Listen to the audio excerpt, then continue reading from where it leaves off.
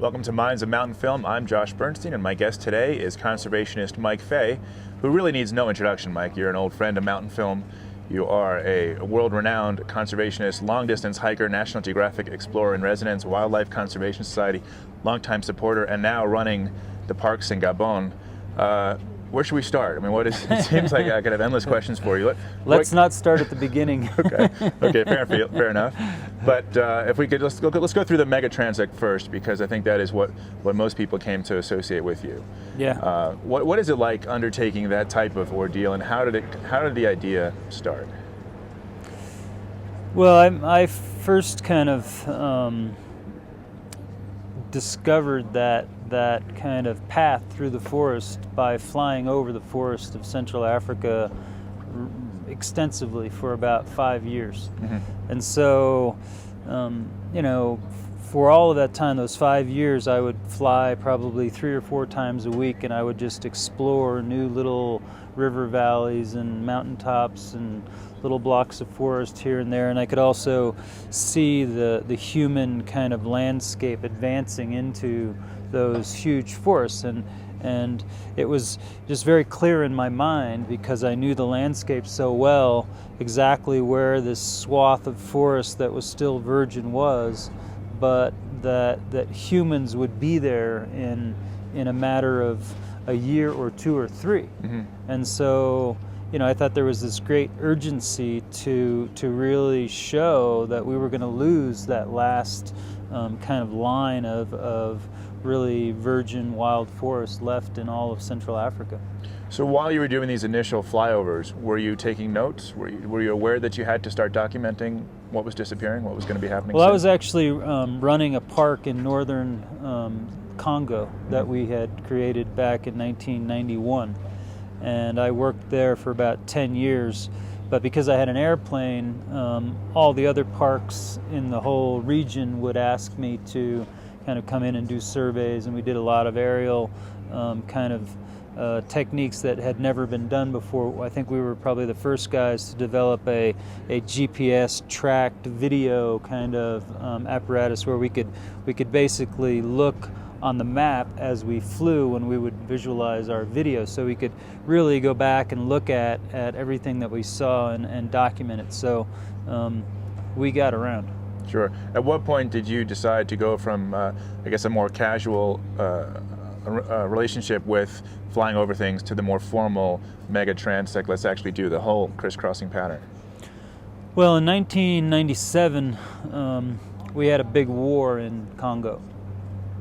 And so we changed our base from Brazzaville to Libreville in Gabon, and I would go to Gabon quite a bit. But also things got very kind of, I would just say that the war changed me. Mm-hmm. in a very fundamental way, and the way it changed me was that I realized that humans can just basically do anything they want whenever they want to do it.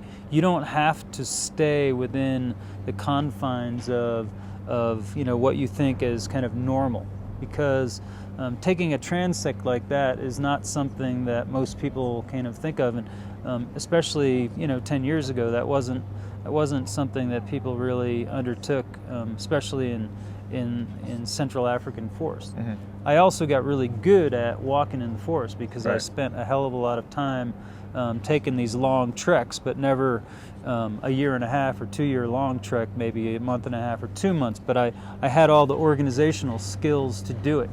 And so I thought, well, I've been living this crazy life with this war for the last 2 years, and I've done things that I never thought I would do, so I'm just going to take a big long walk, and I'd always wanted to do that in my life, so I thought it'd be a great way to kind of just really get the data that we needed to start to put together a big park system. Regarding the big long walk, because you've made a specialty out of it, is there anything, just curious, for people who don't know you as well, was there parts of your childhood, was there parts of, not to overanalyze, but you grew up in New Jersey, you went to University of Arizona. At what point would your mom say, oh yeah, that's my boy, he loves to hike? Yeah, well, I actually, my first 12 years were in California, in the foothills of kind of the LA basin there, and I basically had two choices as I was growing up, to walk up the hill into kind of wilderness, or to walk down into the cityscape. We were basically right at the interface. And so I spent most of my time as a kid up in the woods, either with my brother or a few of his friends, or just by myself. And I've always been kind of a loner, and I've always loved walking in the woods. So, when I think of something to do, that's all I usually ever think of to do, is just take a walk. What's a typical day like when you're hiking 2,000 miles? How do you break up? I know that there's one of the speakers here in one of the films of Mountainfilm was saying that the African expression, how do you eat an elephant? The answer is one bite at a time. When you're undertaking these almost elephant-like 2,000-mile hikes, how do you approach that? What is the trick to getting through each day's hike? Well, I think if you're good at what you do and you're organized, so that you're not completely starving to death, or you're not dealing with health problems that you can't overcome. Getting day to day is kind of surprisingly kind of demanding, I would say. You'd think, oh, well, you just get up in the morning, you start walking, you kind of camp out in the evening, and that's it. But actually, I had 12 guys walking with me, and they're African guys that have never had really good health care in their lives, and so just about every day when you wake up, there's a health problem you have to deal with, right. And you don't have a surgery there. You don't have a doctor. You don't have. It's just you. And you're the coach. You're the doctor. You're the mother. You're the father. You're the priest. You're everybody. Yeah. And so you get up and you're going to leave with your point man an hour and a half or 2 hours before everyone else. So you have to be up at the crack of dawn, and then you have to deal with a couple of health problems, and then you have to figure out why this guy's not happy, and why this guy wants to go home, and why this and why that, and how we're going to organize our meals, etc. And then you take off, and you walk all day, bushwhacking, and you have to figure out how to get where you want to go. And it's not easy. It's never easy in the forest in Africa. There's always dense vegetation, or rivers to cross, or mountains to go up, or some kind of just swamp or obstacle that you need to get across. But then at the same time, you're collecting data all day, every day. So every single step of the way, you're writing things down, and you're visualizing in your brain kind of the progression of what's happening in that forest as you get deeper and deeper. How does the wildlife and the forest react to less and less human presence? And so your mind is also working all day, every day. Yeah. And then you get to camp, and you've got to figure out where you're going to sleep, and what water you're going to drink, and how you're going to cook your food, and figuring out how much food you have, and then solving another 2 or 3 health problems, and then hanging out with the dudes for an hour and a half. So writing up your notes, and then finally getting to bed by 10. And this went on for how many months? This went on for 18 months. 18 months, starting in 1997.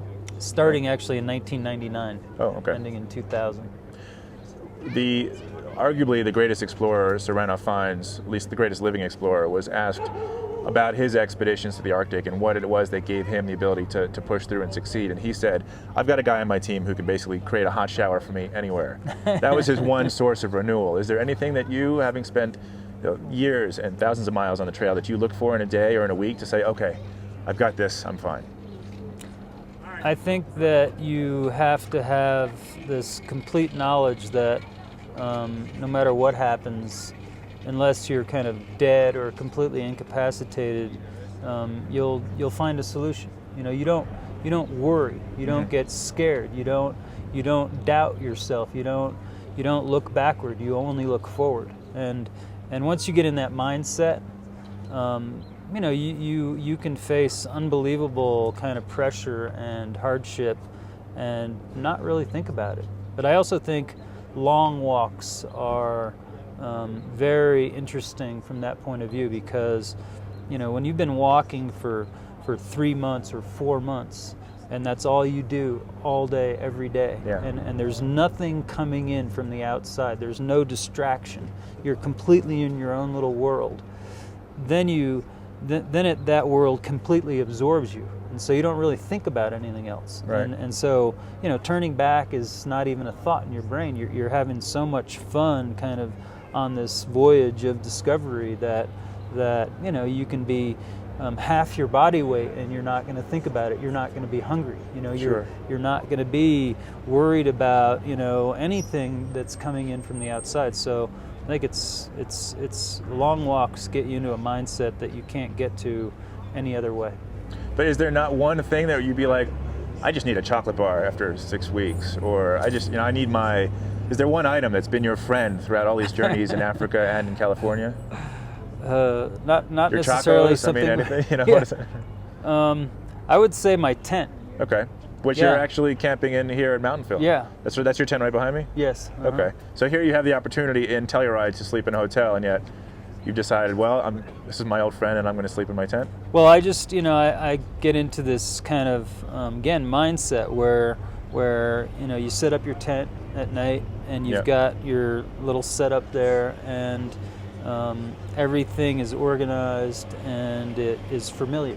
Yeah. So you can go wherever you want to go, and if you're in that tent that evening, you're basically home. You know? And so for me, that's something that is essential wherever I go. Yeah. Even Mountainfilm. Sure. You know, I'm going to be there with my my tent. But you know, I don't know. I think it's more about this. Sure. And I can tell that this you've got worked out pretty well. I mean, you're very tenacious and determined. When you go back to Gabon, and I know now you're running the parks there. I'm curious, just quickly, do you sleep in your tent in Gabon, or do you have a home? I do.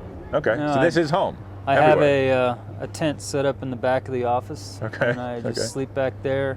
But I travel around the country a lot, so again, my tent's always there, and I'm always comfortable.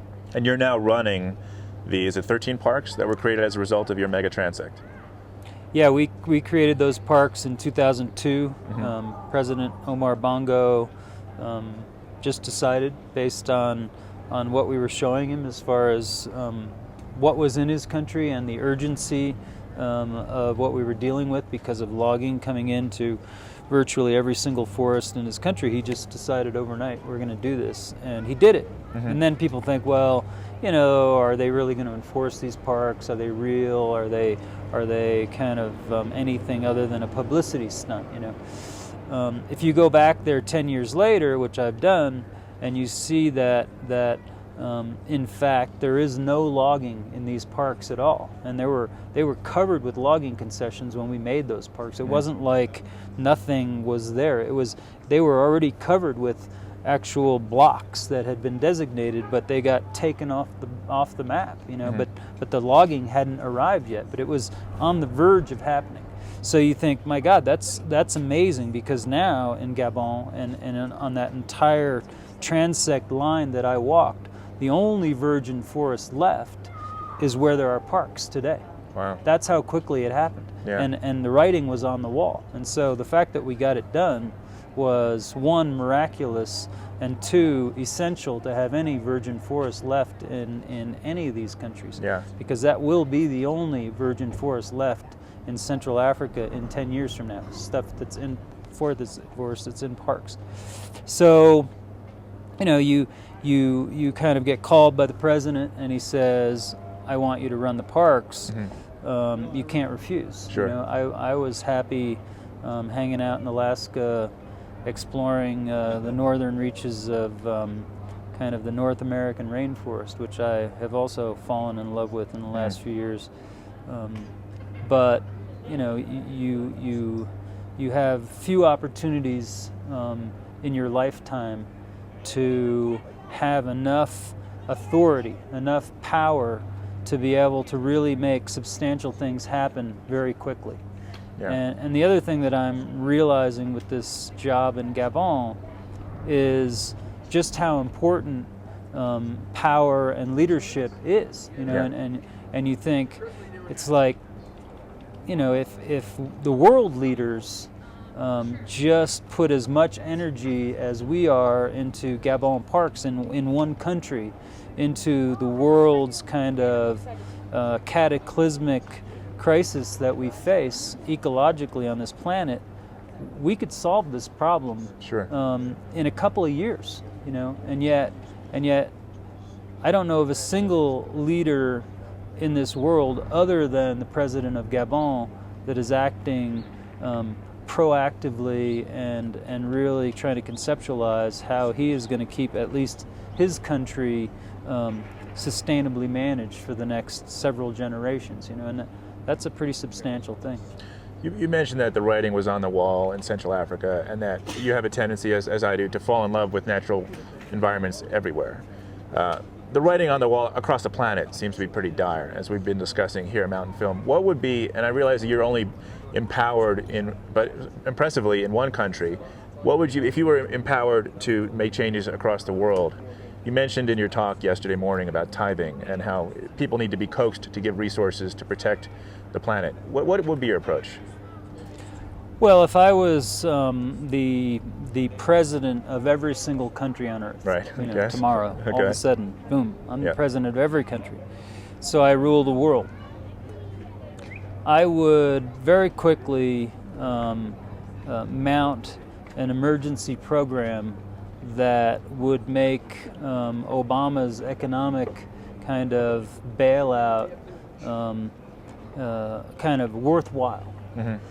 And it would be probably 2 or 3 times the kind of magnitude of what he did, which from my point of view is not that much money. And when you look at how quickly and how easily the U.S. government and the world was able to muster a few $1 trillion, it's like, why can't we do that for the planet? It just doesn't make any sense to me that we've got like Copenhagen going on and there is zero result from Copenhagen. Right. And that the industrial complex of the planet seems to co-opt everything anyone ever tries to do for conservation. So I would make sure that we put in the laws that we need to make sure and to force everyone who uses resources to be mindful of how they impact ecosystems and to make sure that resource base maintains its maximum productivity. And if you did that simple kind of process worldwide tomorrow, as well as keeping protected areas protected and keeping those intact forests intact and keeping species around and keeping creeks kind of flowing with pure water and keeping fish in those waters and keeping the oceans full of fish and all those things we could do. We could do them, and it would just be kind of every president deciding this is a national priority. It's a crisis that we face, and we're going to address it tomorrow. Right. I guess the trick, the challenge, the goals of places like Mountainfilm is to get the word out and convince people so that there's the political will to make that happen. And I guess until that happens, we'll have to keep on our soapboxes and helping spread the word. And I want to say thanks for being at Mountainfilm. Thanks. And it's a pleasure to watch you work, and I look forward to hearing where you go next. Okay, thanks a lot. Yeah, thanks, Mike. Yeah, catch you later.